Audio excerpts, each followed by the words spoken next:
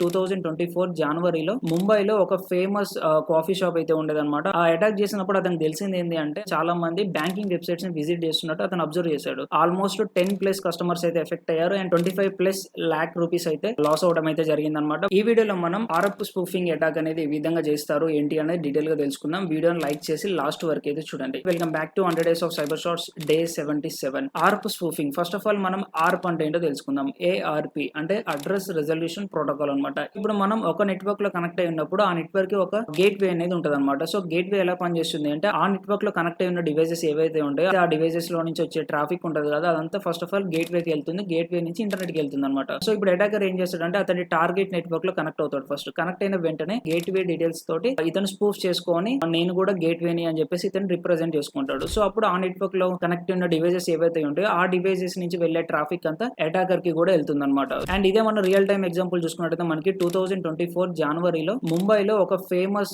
Coffee shop అయితే ఉండేదన్నమాట. ఆ కాఫీ షాప్ లో మనకి వైఫై అయితే ఉండేది. ఆ వైఫై కి చాలా మంది కనెక్ట్ అయ్యి యూస్ చేస్తున్నారు అనమాట. సేమ్ నెట్వర్క్ లో అటాకర్ కూడా ఉండు. సో అటాకర్ ఏం చేస్తాడంటే ఆర్ప్ స్పూఫింగ్ అటాక్ చేశాడు అనమాట ఆ వైఫై నెట్వర్క్ లో. సో ఆ అటాక్ చేసినప్పుడు అతనికి తెలిసింది ఏంటి అంటే చాలా మంది బ్యాంకింగ్ వెబ్సైట్స్ ని విజిట్ చేస్తున్నట్టు అతను అబ్జర్వ్ చేశాడు. ఒక ఫేక్ బ్యాంకింగ్ లాగిన్ పేజ్ అయితే క్రియేట్ చేసేసి ఆ నెట్వర్క్ లో అయితే అతను పుష్ చేయడం అయితే జరిగింది అనమాట. సో ఎవరైతే ఈ బ్యాంకింగ్ వెబ్సైట్స్ విజిట్ చేసే వాళ్ళు ఉంటారు కదా, సో వాళ్ళంతా ఆ ఫేక్ పేజ్ కి అయితే రీడెక్ట్ అయ్యి వాళ్ళు అక్కడ లాగిన్ చేయడం అయితే జరిగింది. వాళ్ళు లాగిన్ చేసిన వెంటనే ఆ డీటెయిల్స్ అటాకర్ తీసుకొని ఒరిజినల్ బ్యాంకింగ్ వెబ్సైట్ లో లాగిన్ అయిపోయి వెంటనే విత్ ఇన్ మినిట్స్ లో అతనైతే అమౌంట్ అయితే ట్రాన్స్ఫర్ తీసుకోవడం అయితే జరిగింది అనమాట. ఆల్మోస్ట్ 10+ కస్టమర్స్ అయితే ఎఫెక్ట్ అయ్యారు అండ్ 25+ lakh రూపీస్ అయితే లాస్ అవడం అయితే జరిగింది అనమాట. బట్ ఫైనల్ గా అటాకర్స్ అయితే దొరికారు. బట్ ఆల్రెడీ మనకి డ్యామేజ్ అనేది అయితే జరిగిపోయింది అనమాట. Thank you.